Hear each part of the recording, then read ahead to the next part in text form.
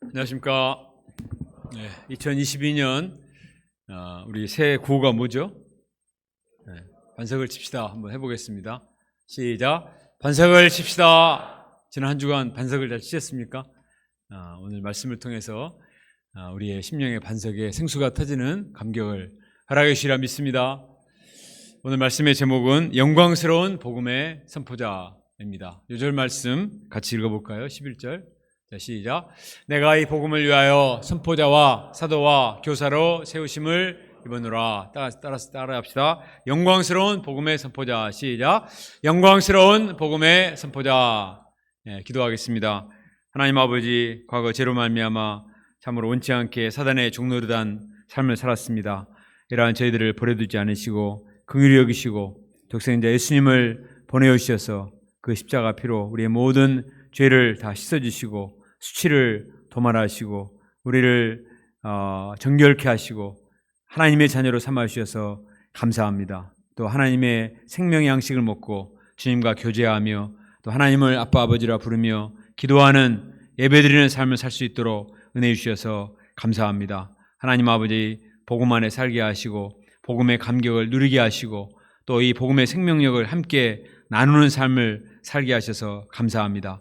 하나님 아버지 이 혼탁한 시대에 우리를 복음의 선포자요 또 교사요 또 사도로 세우셨사오니 우리를 향한 부르심의 소명과 또 정체성을 분명히 할 수 있도록 도와주시고 2022년에 이 하나님의 부르심을 따라 살아서 열매 맺는 삶을 살 수 있도록 은혜를 덧입혀 주십시오. 예수님의 이름으로 기도합니다. 아멘. 사도 바울은 총 13권의 서신서를 집필을 했습니다.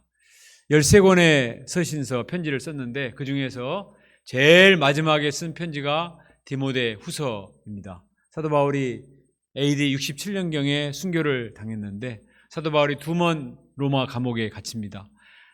두 번째 감옥에 갇혔다가 죽기 직전에 이 디모데 후서를 집필을 했습니다.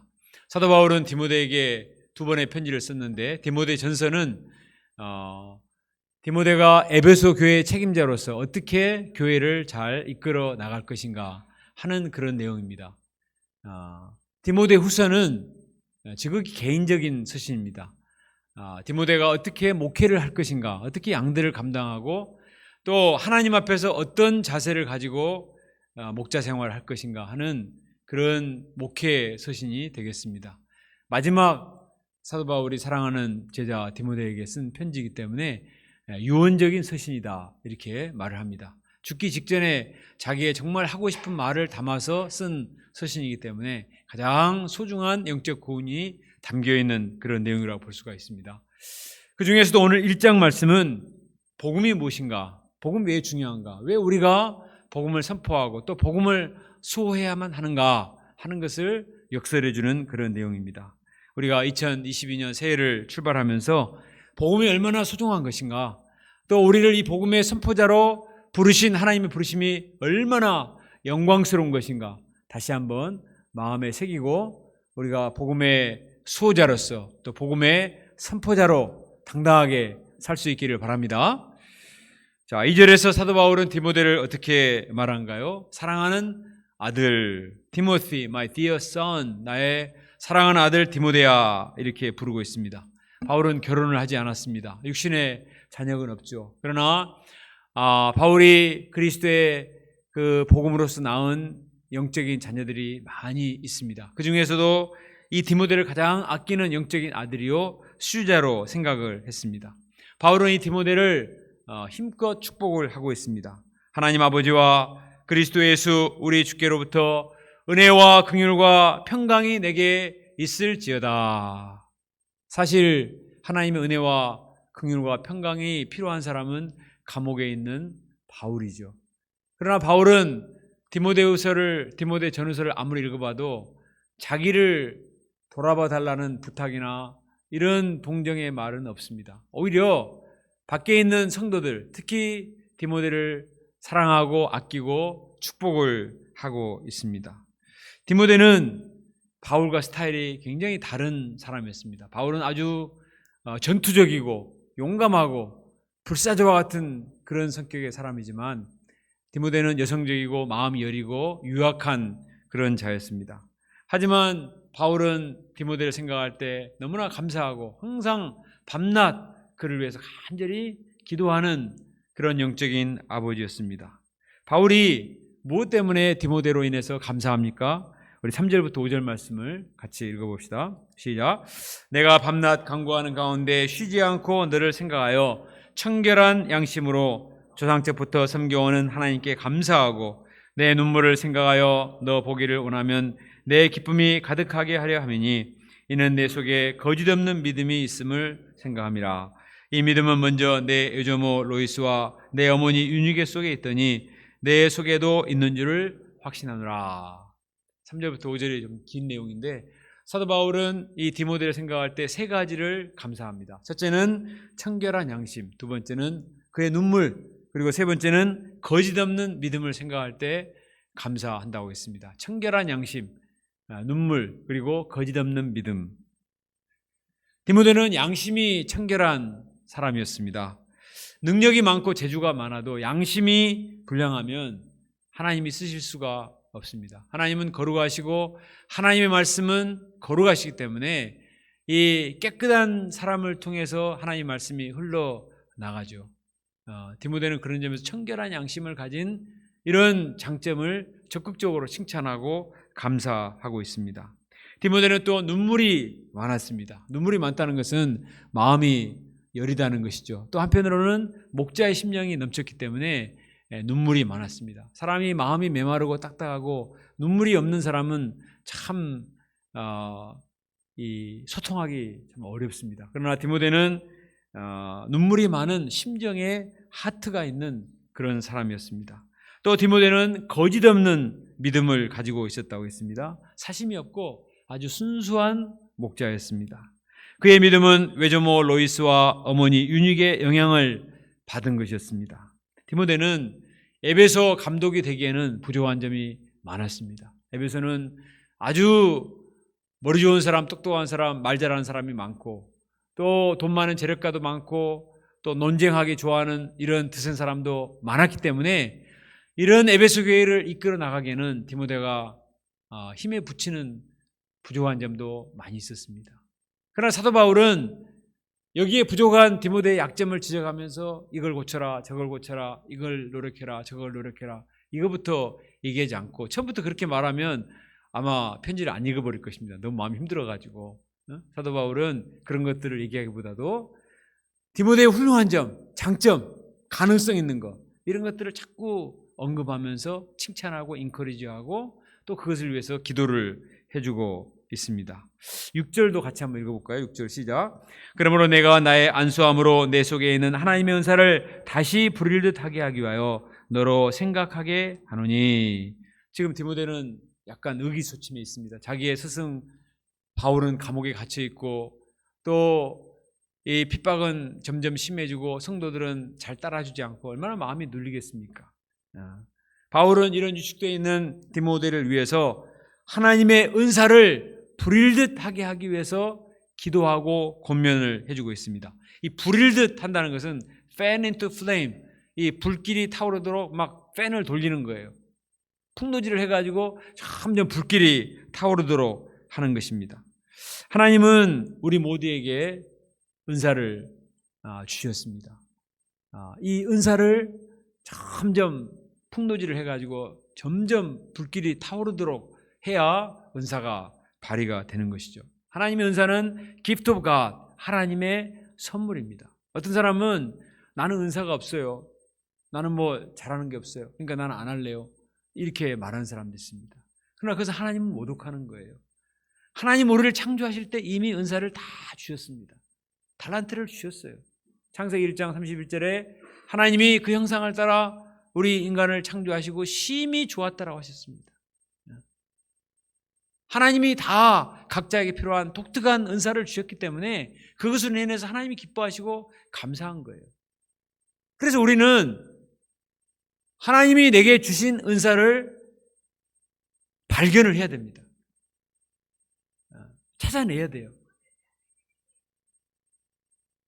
찾아내야 됩니다.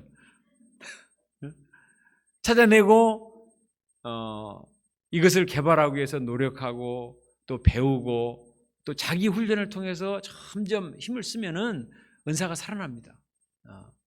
그리고 또 우리가 예수님을 영접할 때 성령께서 내 안에 계시기 때문에 이 성령의 은사가 내 안에 이미 내재되어 있는 거예요.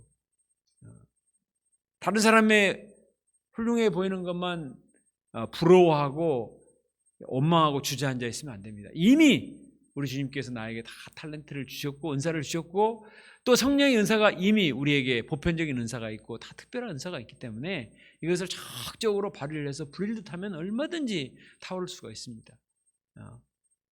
가장 중요한 것은 감사하는 것입니다. 하나님 아버지 제게 건강을 주셔서 감사하고 또 이런 것을 주셔서 감사하고 저런 것을 주셔서 감사하고 그렇게 하다 보면은 고구마 줄기처럼 막 은사가 이렇게 줄줄이 따라 올라옵니다. 그리고 시도를 해보면은 나에게 이런 은사가 있었네 또 발견하고 또 다른 사람도 우리 형제님은 이런 은사가 있네요. 그래요? 다른 은사도 막 적극적으로 칭찬해 줘야 돼요. 그러면은 같이 은사가 발휘되고 점점 불길이 타올라서 공동체가 살아나게 되는 것입니다.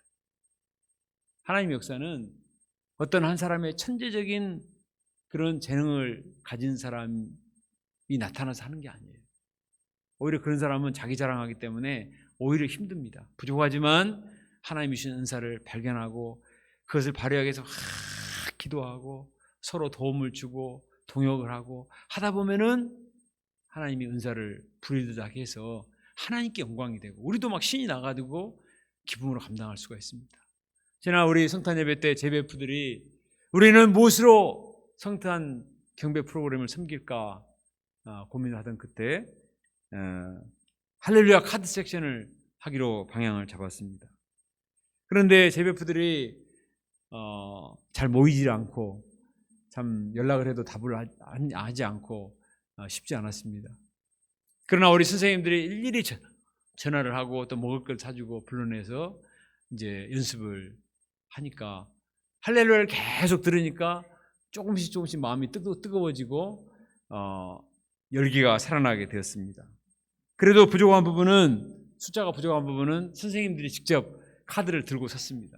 우리 교장 선생님인 나베드로 목자님, 학부형인 한프레어 사모님, 또 김예담 선생님, 막 이런 분들, 또 우리 이상해 목자님은 앞으로 태어날 아이가 14년 후에 재배포가 된다. 우리 아이도 14년 후에는 재배포가 된다. 이런 소망 가운데 막 온몸을 날려가지고 이렇게 같이 하니까 얼마나 은혜가 있었습니까? 또 미술학원을 경영하는 우리 임현재 목자님은 이 카드를 하나씩 2주 동안 일일이 다 데코레이션을 하고 꾸미고 만들었다고 했습니다. 그래서 각자가 가진 은사를 하나님께 드리니까 은사가 살아나가지고 불일듯해서 정말 우리가 한 번도 본 적이 없는 이 크리에이티브한 할렐루야 카드 섹션을 하게 되었습니다. 처음부터 잘하는 사람이 누가 있습니까? 그러나 우리에게 있는 작은 은사를 드리고 서로 인커리지하고 또 모이고 하다 보니까 작품이 나오게 되는 거예요. 그래서 우리는 은사가 없니 뭐하니 타령을 하지 말고 우리에게 있는 작은 은사를 하나님께 드리고 서로를 인커리지 해주고 또 서로를 위해서 축복해주고 기도할 때 점점 작은 불씨가 일어나서 큰 불길을 일으키고 하나님의 은혜 역사를 일으키실 줄로 믿습니다. 근데 우리가 은사를 부리려 하는 데서 가장 방해가 되는 게 있는데 그것은 두려움입니다. 두려움. 뭐든지 뭘 시작하고자 할 때 두려움이 들죠. 내가 과연 할 수 있을까? 그게 시작했다가 창피만 당하는 게 아닌가? 그냥 뭐 시간만 보내고 안 하니만 못하기 때문에 안 한다. 이런 부정적인 생각, 또 마음의 염려, 걱정, 근심, 두려움, 이거는 자연스러운 현상이 아니고 사탄이 심는 거예요. 사탄이 심는 거. 자, 우리 7절 말씀을 같이 읽어봅시다. 7절 시작. 하나님이 우리에게 주신 것은 두려워하는 마음이 아니요 오직 능력과 사랑과 절제하는 마음이니. 하나님이 우리에게 주신 것은 두려워하는 마음이 아니라고 했습니다. 두려움은 하나님이 주신 것이 아니에요. 하나님이 뭘 주셨느냐? 하나님은 능력을 주셨습니다. 사랑을 주셨습니다. 자기를 컨트롤할 수 있는 절제형을 주셨어요. 나는 능력이 없어요. 나는 사랑이 없어서 참 목자 생활 어려워요. 나는 나를 잘 컨트롤하지 못해요. 그러나 하나님이 주셨어요. 능력도 주셨고 사랑도 주셨고 절제하는 영도 이미 주셨습니다. 아멘. 이미 주셨음을 믿고 드리면 하나님이 또 능력을 주세요. 사랑도 주십니다. 또 열정도 주시고 또 창조적인 재능도 주시고 하나님이 계속 부어주십니다. 하나님께 드리지 않으면 개발이 안 돼요. 점점 더 고갈됩니다. 자원은 많이 쓰면 고갈돼서 없어지지만 그러나 하나님의 은사는 내가 드리면 드릴수록 하나님이 계속 주시는 거예요. 하나님께서 사랑도 주시고 능력도 주시고 지혜도 주시고 절제하는 영도 주시고 모든 건강도 주시고 이런 에너지도 주셨다는 것을 확신하고 적극적으로 복잡하게 생각하지 말고 단순하게 시도를 하시기 바랍니다. 그렇게 해서 하나님이 우리 인생을 축복하시는 하나님의 능력을 체험해야 되겠습니다. 우리 스텝 목자님들 가운데 가천대를 개척하시는 박아브람 목자님 계신데 이분은 아주 예수를 만난 은혜가 너무나 크고 구원의 은혜가 있는데 그래서 스텝 목자로 살고자 하는 열정은 있는데 한 가지 큰 단점이 있는데 말을 더듬는 겁니다. 워낙 자의식이 많고 말을 더듬어서 매주 메시지를 전하는 스텝 목자로 살 수 있을까 이런 마음의 부담이 있었습니다. 그런데 전야 목자님께서 이 훈련을 시킬 때 수요일까지 메시지를 다 쓰고 나머지 3일 동안은 열심히 리허설을 하도록 20분 이상 리허설을 해라고. 그리고 워낙 재미가 없는 사람이니까 유머를 개발을 해라. 유머를. 책을 보고 여기저기 찾아서 유머를 자꾸 쓰고 개발을 하도록 그렇게 했습니다. 근데 이분들은 정말 그 말대로 했어요. 일찍 메시지를 써놓고 자기가 더듬으면 안 되니까 3일 동안 열심히 리허설을 하는 거예요. 열심히 리허설을 하다 보니까 말씀을 외워버렸어 그냥. 외워서 나중에는 청산유수로 말씀을 전하는 사람이 되었습니다. 그렇게 재미가 없는 사람이 어디서 유머를 다 그렇게 긁어모았는지 그냥 입만 열었다 하면은 웃기는 말을 해가지고 이분과 같이 있으면은 정말 너무나 재미가 있습니다. 그래서 이분을 초청하려고 했는데 코로나가 터져가지고 지금 못 오고 있어요. 제 말이 진짜인가 아닌가 나중에 정말 보면 압니다. 우리가 부족해도 하나님께 진심을 드리면 두려움만 극복하면 다 할 수 있습니다. 한마가 목자님 할 수 있습니다. 유창하게 일본어 할 수 있습니다. 다 할 수 있어요. 알리 형제님도 한국말 할 수 있습니다. 다 할 수 있습니다. 하나님이 우리에게 능력을 주시고 또 재능을 주시고 또 필요한 모든 걸 다 주시기 때문에 믿음을 가지고 하나님께 드리면 하나님께서 우리를 축복해 주시리라 믿습니다. 바울은 이제 복음이 왜 중요한가 디모데에게 가르쳐주고 있습니다. 8절을 같이 한번 읽어봅시다. 시작. 그러므로 너는 내가 우리 주를 증언함과 또는 주를 위하여 갇힌 자 된 나를 부끄러워하지 말고 오직 하나님의 능력을 따라 복음과 함께 고난을 받으라. 바울은 복음을 전하다가 감옥에 갇혀 있습니다. 그리고 얼마 후에 사형을 당해야 됩니다. 바울 자신도 얼마나 마음의 부담이 되고 이런 스승을 모시고 있는 디모데도 얼마나 마음이 위축이 되고 두렵겠습니까? 자기도 바울처럼 복음을 전하는 자로 살다가는 자기 스승처럼 감옥에 갇히고 또 사형을 당할 수도 있다라는 그런 마음을 위축시키고 복음을 부끄러워하고 굉장히 소극적인 사람이 될 수가 있죠. 근데 바울은 말했어요. 복음을 부끄러워하지 마라. 나를 부끄러워하지 마라. 오히려 복음과 함께 고난을 받으라. 적극적으로 복음을 전하고 복음과 함께 고난을 받으라. 이렇게 말을 하고 있습니다. 대개 부모는 자식을 사랑하기 때문에 자기는 고생했어도 자식들은 고생을 시키고 싶어 하지 않습니다. 나는 뭘 몰라서 이렇게 고생을 하고 힘들게 살았지만 너는 그렇게 살지 마라. 이렇게 말해주고 싶은 것이 부모의 마음이잖아요. 근데 사도 바울은 사랑하는 디모데에게 고난을 받지 말고 어디 가서 피해 있고 이렇게 말하지 않았어요. 복음을 부끄러워하지 말고 당당하게 복음을 증거하고 복음과 함께 고난을 받으라. 이렇게 아주 적극적으로 말을 하고 있어요. 그만큼 복음은 귀하다는 거예요. 소중하다는 것입니다. 왜 귀합니까? 자, 9절부터 10절 읽어보겠습니다. 시작. 하나님이 우리를 구원하신 거룩하신 소명으로 부르심은 우리의 행위대로 하심이 아니요 오직 자기의 뜻과 영원 전부터 그리스도 예수 안에서 우리에게 주신 은혜대로 하심이라. 이제는 우리 구주 그리스도 예수의 나타나심으로 말미암아 나타났으니 그는 사망을 패하시고 복음으로써 생명과 썩지 아니할 것을 드러내신지라. 네. 사도 바울은 복음이 얼마나 귀한 것인가 말해주겠습니다. 복음은 뭐냐? 복음은 예수 그리스도의 십자가와 부활입니다. 예수님은 십자가와 부활을 통해서 우리의 죄와 죽음의 문제를 해결해 주셨습니다. 이 복음은 영원전부터 하나님의 뜻 가운데 예정되신 거예요. 그리고 마침내 예수님을 통해서 나타내셨습니다. 예수님이 육신을 입고 이 땅에 오셔서 우리 죄를 위해 십자가에 못 박혀 죽으시고 죽은 지 사흘 만에 부활하셨습니다. 이로써 사망을 패하셨어요. 생명과 썩지 아니함을 드러내셨습니다. 세상에 죽지 않고 썩지 않는 존재가 누가 있습니까? 모든 사람은 죄인이고 죄의 싹스로 사망에 이르게 되겠습니다. 제 아무리 세상에서 화려한 부와 권력과 인기를 누렸다 할지라도 죽으면 끝입니다. 죽어서 한 줌의 흙으로 돌아갑니다. 죽은 뒤에 또 무서운 하나님의 심판을 받게 되는 것입니다. 방송에 보면 어떤 사람이 혐의가 드러나서 법정에 출두하라는 명령 떨어지면 며칠 지난 뒤에 자살했다는 뉴스가 많이 떠요.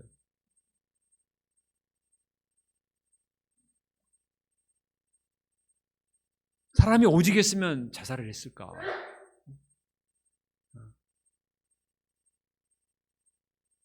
자기의 치부와 수치가 드러나는 것이 너무너무 견딜 수 없을 만큼 고통스럽기 때문에 그렇게 해서 내가 수치를 당하고 가족들이 곤란을 당하느니 차라리 나는 죽겠다. 그래서 자살을 하는 거예요. 여러분, 죄라는 것은 단순한 게 아닙니다. 죄는 얼마나 수치스럽고 죄인으로 낙인 찍히는 것은 비참하고 그동안 자기가 쌓아온 모든 명예와 자기의 모든 유신과 이런 것들이 한순간에 쓰레기통에 던져지는 거예요. 그래서 차라리 그것이 덜 드러날 채 나는 그냥 사라지겠다. 그래서 죽음을 선택하는 거예요. 죄는 단순한 게 아닙니다. 죽음은 단순한 게 아닙니다. 죽음으로 끝납니까? 죄의 삭은 사망이고 한 번 죽은 것은 사람에게 정한 것이요 그 후에는 심판이 있으리니 우리 지난 금요기도회 때 나온 것처럼 죽은 뒤에는 영원한 불못에 던져지는 둘째 사망에 처해지는 이런 엄청난 심판이 기다리고 있습니다. 우리 인생들에게 있어서 가장 힘든 것은 이 죄와 죽음과 심판의 문제인 거예요. 사람들은 생각하지 않고 싶어 하죠. 그러나 언젠가는 이 죄라는 문제, 죽음이라는 문제, 심판이라는 문제 앞에 맞닥뜨리게 사는 거예요. 그걸 의식하지 못하고 살다가 그것 앞에 딱 부딪히게 되면 너무나 당황스럽고 너무나 힘들어하는 것이 우리 인간입니다. 그리고 잘못 살았다. 내가 이렇게 살아서는 안 되는데 그렇게 생각했을 때는 이미 늦은 거예요. 모든 사람들이 그렇게 할 수밖에 없습니다. 요즘 코로나19 바이러스 때문에 온 세상이 난립니다. 뉴스를 켜면 몇 문제 나오는 게 확진자 몇 명이고 누적 사망자 몇 명이다. 전 세계가 미국도 요즘 며칠 사이에 하루에 45만 명이 확진자가 되는 막 2배, 3배 계속 늘어나가지고 걷잡을 수가 없어요. 이 바이러스를 퇴치하기 위해서 백신을 주사를 맞고 먹는 알약을 개발을 하는데 혼신의 힘을 기울입니다. 사망을 패하기 위해서. 그러나 아무리 이렇게 해도 언젠가는 인간은 죽습니다. 죄와 죽음의 바이러스를 패할 수가 없습니다. 죄와 죽음을 퇴치하는 백신은 누구도 만들 수가 없습니다. 어떤 대단한 제약회사도 어떤 대단한 철학자도 종교가도 만들 수가 없어요. 오직 우리 죄를 위해서 십자가에 피 흘려 죽으시고 부활하신 예수님, 십자가 부활로서 영원한 천국을 여신 예수님만이 이 죄와 죽음과 심판의 문제를 해결할 수 있습니다. 이것이 복음인 거예요. 이것이 복음. 예수 그리스도의 십자가와 부활, 이 복음의 백신만이 우리 인생들의 모든 문제를 해결할 수 있는 가장 확실한 명약이요 최고의 백신인 줄로 믿습니다. 이렇게 소중한 것이 복음이라는 거예요. 사도 바울은 구약의 모든 율법에 통달하고 동서양의 모든 철학을 섭렵한 대학자였습니다. 모든 율법을 알고 통달하고 지키고 또 모든 철학을 지식을 쌓으면 뭔가 마음의 평안이 있고 구원의 확신이 있고 감격이 있을 줄 알고 거기에 온통 자기 인생을 쏟아부었는데 그 어느 곳에도 해결책이 없었습니다. 우리 율법대로 살려고 하면 할수록, 의롭게 살려고 하면 할수록, 또 많은 지식을 쌓으려고 하면 할수록 더 힘들고 고통스럽습니다. 그래서 로마서 7장 23절에서 그렇게 고백했습니다. 오라 나는 공고한 사람이다. 이 사망의 몸에서 누가 나를 건져내랴. 이 사망의 몸에서 이 죽을 것 같은 숨막히는 죄의식과 이 딜레마와 이 고통으로부터 누가 나를 건져낸다. 그러다가 예수님을 만났습니다. 우리 주 예수 그리스도를 말미암아 하나님께 감사하리로다. 율법으로도 아니고 철학으로도 아니고 지식으로도 아니고 행위로도 아니고 오직 예수 그리스도의 생명의 성령의 법, 십자가와 부활의 복음으로 말미암아 해방되었습니다. 우리 주 예수 그리스도로 말미암아 하나님께 감사하리로다. 예수님 안에서 해답을 찾았어요. 예수님 안에서 마침내 열쇠를 찾았습니다. 예수님이시구나. 예수님을 만나고 성경을 공부해 보니까 다 구슬이 꼬이는 것처럼 다 이해가 됩니다. 하나님이 이렇게 구원의 역사를 계획하시고 우리 민족들을 이렇게 준비시키시고 마침내 때가 참에 여자의 우성 가운데서 아들이 나게 하시고 육신을 입고 오셔서 십자가에 피 흘려 죽으시고 죄 문제를 해결하시고 부활하셔서 사탄의 머리를 박살내시고 부활하셔서 다시 에덴을 회복하시는 이것이 복음이다 찾게 되었습니다. 그 복음을 만나고 체험했을 때 그 감격이라는 것은 이루 말할 수 없는 감격이었습니다. 뿐만 아니라 자기가 이 복음을 증거해 보니까 복음을 영접한 사람들이 변화되는 거예요. 자기만 변화되는 것이 아니라 그 복음을 영접한 사람들이 변화되고 거듭나고 새로운 인생을 사는데 복음을 한 번도 들어보지 못한 이방인들도 복음을 듣고 변화돼서 거듭나고 세례받고 새로운 인생을 사는 것을 볼 때 너무나 감격스러웠어요. 그래서 로마서 1장 16절에서 그렇게 고백했습니다. 내가 복음을 부끄러워하지 아니하노니 이 복음은 모든 믿는 자에게 구원을 주시는 하나님의 능력이 됨이라. 이 복음은 모든 믿는 사람에게, 그 사람이 헬라인이든지 유대인이든지 죄가 많은 사람들이 적은 사람이 남녀노소 빈부 귀천을 막론하고 모든 사람이 이 복음을 영접하기만 하면 구원을 받는 하나님의 디나미스, 다이너마이트와 같은 능력이 이 복음 안에 있다. 확신을 갖게 되었습니다. 이 복음을 체험한 바울은 가만히 있을 수가 없었습니다. 그래서 가는 곳마다 복음을 전하고 나중에는 세계의 수도인 로마에 가서 복음을 전하고자 했습니다. 제가 후에는 내가 로마도 보아야 하리라. 그래서 죄서의 몸으로 로마에 갔습니다. 복음을 전하다가 감옥에 갇히죠. 감옥에 갇혀서도 간수들에게 막 복음을 전해요. 빌립보서 1장 13절에 보면 로마의 시대들에게 복음이 전파됐다고 했습니다. 황제 시대들에게 복음이 전파되어서 그 시대들이 집에 가서 가족들을 복음화시켜가지고 복음이 퍼져나가는 거예요. 바울은 이 복음이 유대인들이나 이방인이나 로마인들에게도 통한다 하는 사실을 깨닫게 됐어요. 이 복음이 마침내 황제의 시대뿐만 아니라 황제도 변화시키고 로마 제국도 변화시키려는 믿음을 가졌습니다. 그리고 실제로 그의 믿음대로 그가 순교당하고 250년이 지나 313년에 로마 황제는 복음을 영접했고 로마 제국은 기독교 국가가 되었어요. 복음이 그렇게 놀라운 것입니다. 복음은 한 사람을 변화시키고 가정을 변화시키고 도시와 나라와 세계와 역사를 변화시키는 능력이 있는 것입니다. 인류 역사상 그 무엇도 이 복음만큼 강력한 능력을 발휘한 게 없어요. 복음 다음으로 세계 역사에 강력한 영향을 끼치는 것이 공산주의 운동이라고 했습니다. 그래서 이 20세기 초반에 수많은 지식인들이 이 공산주의에 열광을 했습니다. 근데 딱 70년 실험을 보고 이건 아니다. 이거는 사람만 엄청나게 죽이고 이거는 아니다. 다 포기했어요. 인간이 만든 어떤 사상도, 어떤 철학도, 어떤 종교도 인간을 구원할 수 없어요. 오늘날 과학기술과 생명과학과 의학도 안 됩니다. 오직 하나님의 아들 예수님께서 육신을 입고 이 땅에 오시고 십자가에 피 흘려 죽으시고 부활하신 예수님의 십자가 부활의 복음만이 우리 인생들을 구원하는 가장 확실하고 강력한 구원의 길인 줄로 믿습니다.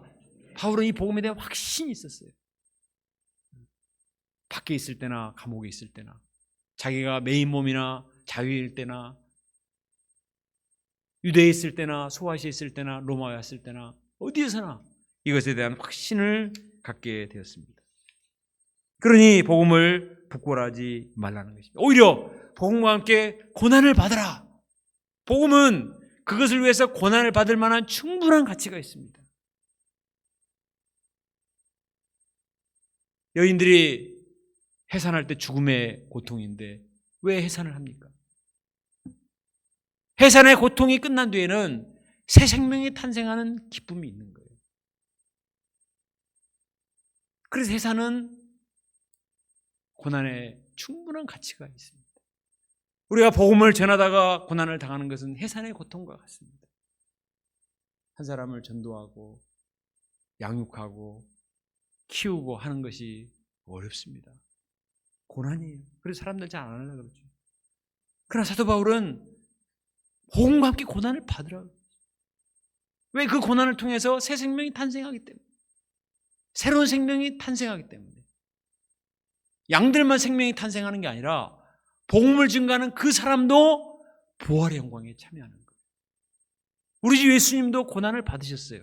근데 그 고난을 통해서 부활의 영광에 들어가시고 하나님 보좌 우편에 앉으셨잖아요. 사도 바울은 이 부활의 비밀을 알았기 때문에 사랑하는 애제자 디모데에게도 고난을 피하지 말고 복음과 함께 고난을 받으라. 그러면 나처럼 부활의 생명력을 덧입고 부활의 영광에 들어가기 때문에 고난을 받으라. 자신 있게 말을 했습니다. 우리도 복음과 함께 고난을 받을 때 부끄러워하고 회피하지 말고 이 복음을 통해서 받는 고난은 영광스러운 것입니다. 새 생명을 탄생하는 너무나 영광스럽고 가치 있고 의미 있는 것이기 때문에 2022년 우리가 복음으로 인한 고난이 있을 때 그것을 이상하게 여기지 말고 부끄러워하지 말고 회피하지 말고 적극적으로 고난을 받으세요. 그것은 더 높은 단계의 축복으로 인도하는 지름길인 줄로 믿습니다. 11절을 같이 한번 읽어보겠습니다. 11절 시작. 내가 이 복음을 위하여 선포자와 사도와 교사로 세우심을 입으노라.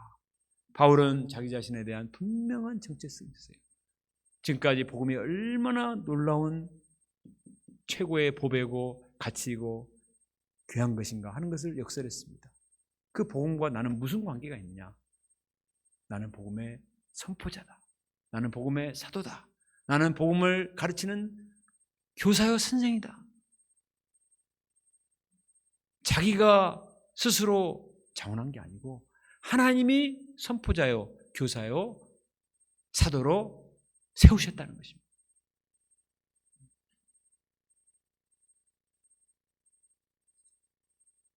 교도관으로 일하셨던 박효진 장로님이 하나님이 고치지 못할 사람 없다 책을 쓰셨는데 그 책에 보면 이런 내용이 나옵니다.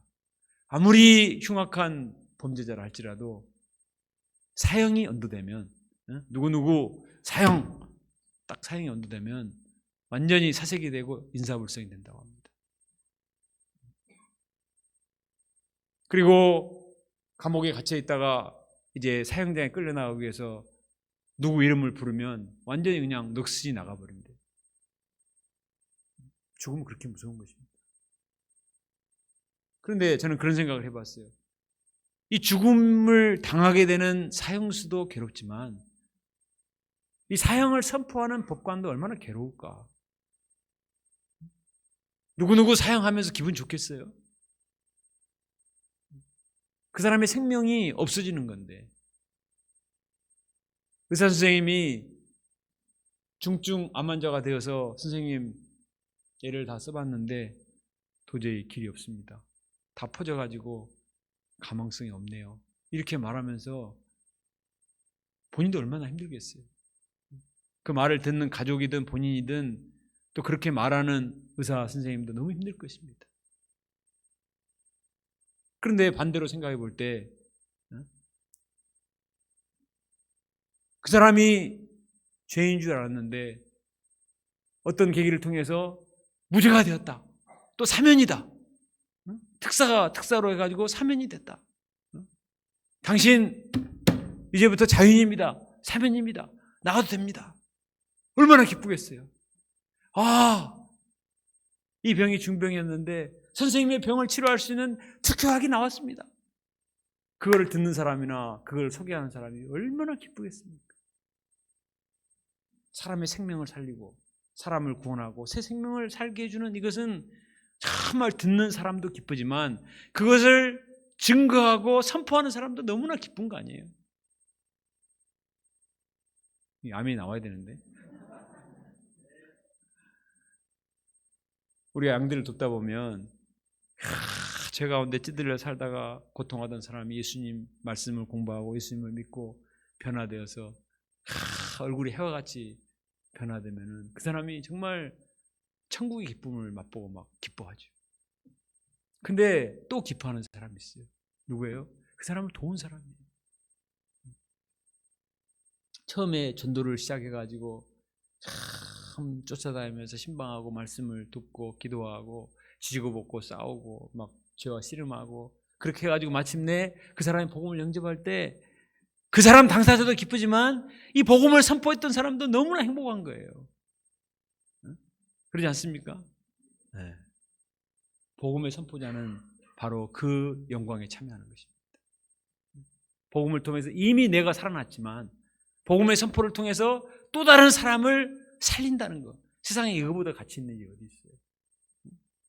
세상에 별것도 아닌 것을 막 선전하기 위해서 막 수십억을 쓰고 막 별의별 모델들이 다 등장을 하고 막 난리를 치잖아요. 광고판들이 얼마나 많습니까? 제가 옛날 외국에 가면은 버스나 택시에다가 광고판을 붙이고 다녀요. 그래서 세상에 이런 나라도 있나 했는데 지금 우리나라도 다 그렇게 하더라고요.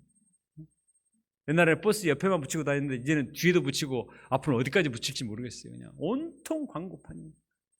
별것도 아닌 것도 그렇게 난리를 치는데 사람의 생명을 구원하고 살리는 이 복음을 증거하고 선포하는 이 복음 선포자의 직분이 얼마나 영광스러운 것입니까? 하나님께서 나 같은 사람을 복음의 대적자요, 온수요, 폭행자요, 비방자요, 이런 사도 바울을 복음의 선포자요, 대사요, 교사로 삼으셨다는 것이 너무나 감사한 것입니다. 우리도 마찬가지예요. 우리가 얼마나 과거에 무지하고 또 죄악되고 쓸모없는 이런 사람이었는데 나 같은 사람을 구원하셔서 이제는 복음의 선포자로 복음의 교사로 대사로 우리를 세우신 것이 얼마나 감사한 일입니까? 네. 우리가 이 복음의 선포자로서의 큰 자부심과 또 감격을 가지고 믿음으로 살 수 있기를 간절히 기도합니다. 예수님의 제자들이 이 복음의 감격을 깊이 몰랐을 때는 예수님을 부인하던 사람이 되었습니다. 사도행전에 보면 부활하신 예수님을 만나고 성령의 능력을 체험한 뒤에는 복음에 대한 확신을 갖게 되었어요. 그때부터는 완전히 딴 사람이 되었습니다. 너희가 십자가 못 박은 예수를 하나님이 주와 그리스도가 되게 하셨느니라. 그러므로 너희가 회개하고 돌이켜 너희 죄 없이함을 받으라. 이같이 하면 새롭게 되는 날이 주 앞으로부터 이를 것이요. 너희들도 예수님을 믿고 복음을 영접하면 유쾌하게 되고 상쾌하게 되는 날이 온다. 우리는 보고 들은 것을 말하지 않을 수 없노라. 아주 두려움 없이 담대하게 복음을 전파했습니다. 그러자 그 복음을 영접하고 사람들이 은혜를 받고 3,000명, 5,000명이 세례를 받고 거듭나는 큰 성령 역사가 일어났잖아요. 감옥에 가두고 뭐 아무리 협박을 해도 소용이 없습니다. 사마리아 여인도 그렇게 자의식이 많고 또 죄의식으로 사람들에게 끼지도 못한 사람이었는데 예수님을 만나고 나서 복음의 감격을 체험하니까 누가 시키지도 않았는데 내가 행한 모든 일을 내게 말한 사람을 와서 보시오. 이는 그리스도가 아닙니까? 감격적으로 선포하고 증거한 사람이 됐어요. 수많은 사람들이 나와서 예수를 만나고 변화되는 이런 사마리아의 이 복음 선포자가 되었습니다. 이 복음 선포자의 인생이 얼마나 아름다운 인생입니까? 복음을 증거하는 교사는 성경 선생을 가르칩니다. 우리가 무지한 양들에게 말씀을 가르치면 처음에는 잘 깨닫지 못하지만 점점 말씀을 깨닫고 영접하는 그런 역사가 있습니다. 누가복음 24장 32절에 보면 부활하신 예수님이 엠마오로 가는 제자들을 따라다니면서 이렇게 말씀을 풀어서 설명을 해줘요. 모세의 글과 시편과 선지자의 글, 이게 구약이거든요. 모세의 글과 시편과 선지자의 글이 구약을 말하는 거예요. 구약을 하나하나 풀어서 설명해 주면서 왜 예수가 십자가 못 박아 죽게 되겠는가, 이 구약과 예수님의 복음 사건을 설명을 해줬어요. 예수님의 제자들도 잘 그걸 연결을 못 시켰는데 성경을 풀어서 설명해 주니까 마음이 뜨거워졌다고 했습니다. 이게 성령의 역사예요. 성경은 성령의 책이에요. 그래서 이 성경을 열어서 풀어서 설명해 주면 마음이 냉랭하고 딱딱한 사람도 점점 마음이 녹고 점점 뜨거워집니다. 마음을 오픈하고 예수님 영접하고 거듭나요. 나중에는 이 성령의 불길이 막 타오르는 거예요. 그래서 그 사람도 누군가의 복음을 전하지 않고는 견딜 수 없는 이런 사람이 되는 것입니다. 성경성이 그렇게 중요해요. 세상에 그 어떤 책이, 어떤 교사가, 어떤 사상가가 사람을 변화시킬 수 없어요. 그러나 하나님의 말씀을 가르치는 성경 교사는 하나님 말씀은 살았고 운동력이 있기 때문에 10년 글수를 찔러 쪼개고 교훈과 바르게 함과 책망함과 이렇게 해서 구원에 이르는 능력이 성경에 있습니다. 이것을 우리에게 주셨어요. 하나님께서 우리에게 이 특권을 주셨단 말이에요. 요즘 우리 이기현 목자님이 3명의 양과 1대1을 하면서 기쁨이 충만합니다. 우리 이란에서 온 알리 형제, 동신대 한대 양, 그리고 충남 아산센터에서 유탁받은 양, 이렇게 1대1을 해주면서 본인이 은혜를 많이 받았습니다. 한대 양도 모태신앙에 자랐는데 전혀 포항에서 온 형제인데 참 영적으로 무지했다가 지금까지 창세기 8강까지 공부를 했는데 조금씩 영적인 눈이 뜨인다고 말을 했습니다. 부모님도 어떻게 할 수 없는데 말씀을 통해서 이제 은혜 받고 변화가 될 수 있습니다. 우리 나베들 목자님과 최정환 목자님은 작년에 JBF, CBF 메시지를 준비하면서 수고를 많이 했지만 어느 때보다 은혜를 많이 받았다고 했습니다. 계속 은혜를 받으시기 바랍니다. 하나님의 말씀을 맡아서 가르치는 것은 영광스러운 것입니다. 영광스러운 것입니다. 그래서 우리가 1대1을 해야 되는 거예요. 1대1 팀수를 채우는 게 중요한 게 아니라 1대1을 하면서 나도 살고 양도 살고 시대를 살리고 캠퍼스를 살리고 정말 모든 사람을 살리는 것입니다. 우리가 이처럼 영광스러운 복음의 선포자요, 교사요, 대사의 직분을 감격과 기쁨 가운데 감당할 수 있기를 기도합니다. 12절을 같이 읽어봅시다. 12절 시작. 이로 말미암아 내가 또 이 고난을 받되 부끄러워하지 아니함은 내가 믿는 자를 내가 알고 또한 내가 의탁한 것을 그날까지 그가 능히 지키실 줄로 확신함이라. 사도 바울은 지금 감옥에 갇혀 있어서 언제 죽을지도 몰라요. 그러나 바울이 확신하는 게 있어요. 그건 뭐냐? 하나님이 나를 끝까지 지켜주실 것이다. 내가 죽더라도 하나님 나라에서 예수님처럼 부활해서 영광에 있을, 그리고 하나님 나라에서 나를 지키실 것입니다. 내가 가고 없으면 복음 역사 망하는 게 아닌가? 아니다. 하나님이 시작하신 일을 끝까지 지키실 것을 믿습니다. 그러니까 전혀 요동하지 않아요. 그래서 디모데에게 권면합니다. 13, 14절 같이 읽습니다. 시작. 너는 그리스도 예수 안에 있는 믿음과 사랑으로서 내게 들은 바 바른 말을 본받아 지키고 우리 안에 거하시는 성령으로 말미암아 내게 부탁한 아름다운 것을 지키라. 너는 내게 들은 바 바른 말을 지켜라.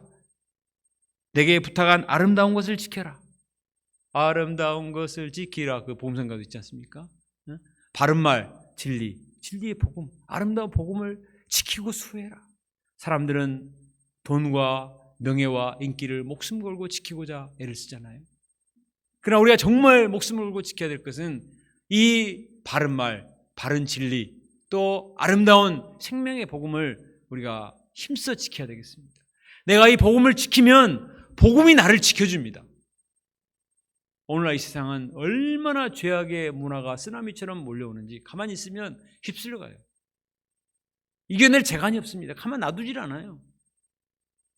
그러나 내가 복음을 목숨을 걸고 지키면 복음이 나를 지켜줘요. 하나님이 나를 지켜줍니다. 죄로부터, 유혹으로부터, 수많은 시험과 위기로부터 나를 지켜줍니다.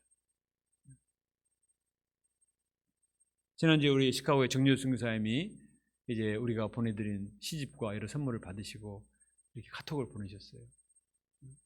자격 없는 저에게 이렇게 선물을 보내주셔서 감사하다고 하시면서 이렇게 말씀해요. 제가 인생 끝날까지 사명인의 길을 가도록 기도해 주십시오.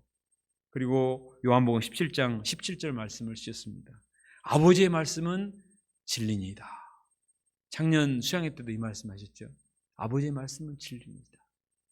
본인이 한국에도 살아보고 미국에도 살아보고 아프리카도 살아보니까 80평생을 살아보니까 하나님의 말씀만이 진리다.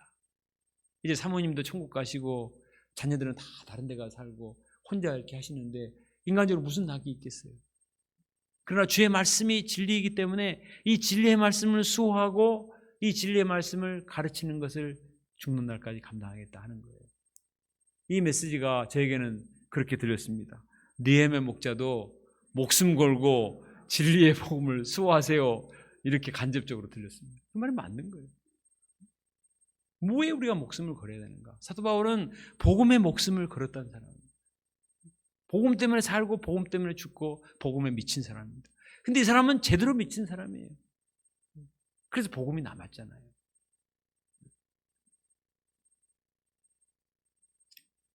(15절에) 보면 부겔로와 하모게네 등 바울을 버리고 복음도 버리고 떠난 사람이 있었다고 했습니다. 근데 16절에 보면 오네시보로는 감옥에 있는 바울을 찾아서 문안하고 복음을 끝까지 수호했다고 했습니다. 평소에는 잘 모르는데 결정적인 순간에 보면 복음을 수호하는 이런 사람과 자기 유익을 따라 가버리는 사람이 드러납니다. 우리도 여러 가지 시련과 핍박과 유혹이 있을지라도 끝까지 아름다운 복음, 진리의 복음을 지키는 저희들이 될 수 있기를 바랍니다. 어제 끝난 북미 리더수양회에서 250명이 줌으로 모인 리더수양회에서 파격적으로 40대 목자가 메시지를 전했습니다. 우리 데이빗장 2세 선교사인데 40대 초반에 목자가 쟁쟁한 선배 목자님들 앞에서 메시지를 전했습니다. 이분은 UBF 목자님의 사촌인데 고등학교 때까지는 그냥 지역교회에 다니던 선데이 크리스찬이었습니다. 근데 선교사님의 소개로 대학을 쿠탈르도 대학을 가게 되는데 부모님을 떠나서 그 대학에 가니까 어디 뭐 갈 곳이 없었습니다. 그곳이 시골이라 놀 곳이 없거든요. 그러니까 학교하고 또 장막과 센터만 왔다 갔다 하는 거예요. 그러면서 집중적으로 성경 공부를 통해서 마침내 예수님을 인격적으로 만났습니다. 모태신앙인데 그냥 막연하던 사람이 말씀 공부를 통해서 예수님 만나고 거듭남을 체험했어요. 그리고 목자님들 따라다니면서 전도를 하기 시작했는데 대학 4학년 때 처음으로 자기가 양을 치게 되었습니다. 미국 양을 치게 되었어요.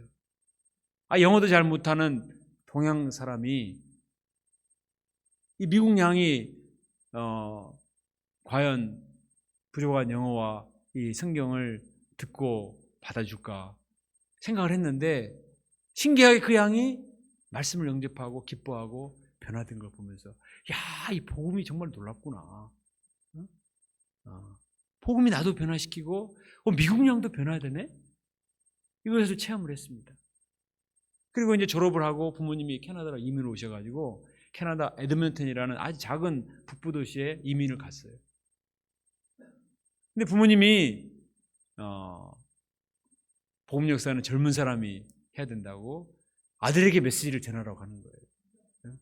그래서 주비장 수행에 가면 네가 가고 모든 것을 네가 해라. 이 사람은 원래 소심하고 뒤에 있기를 좋아하고 나서기를 싫어하고 이런 사람인데 어쩔 수 없이 메시지를 전해야 되고 은행에 다니면서 평신도 생활하면서 이제 복음 역사를 섬기게 된 겁니다. 두 가정에서. 그 추운 캐나다의 저 북부 지방에서. 근데 그렇게 하는데 신기하게 캐나다 양도 변화되는 거예요. 그래서 4명의 리더가 섰습니다. 여기 보면은 이 크리스마스 예배와 또 이 주말 수양에 가서 찍은 사진인데 4명의 형제형이 굳게 서가지고 그 중에 2명은 장막 생활을 같은 집에서 살면서 이렇게 복음 역사를 이루는 거예요.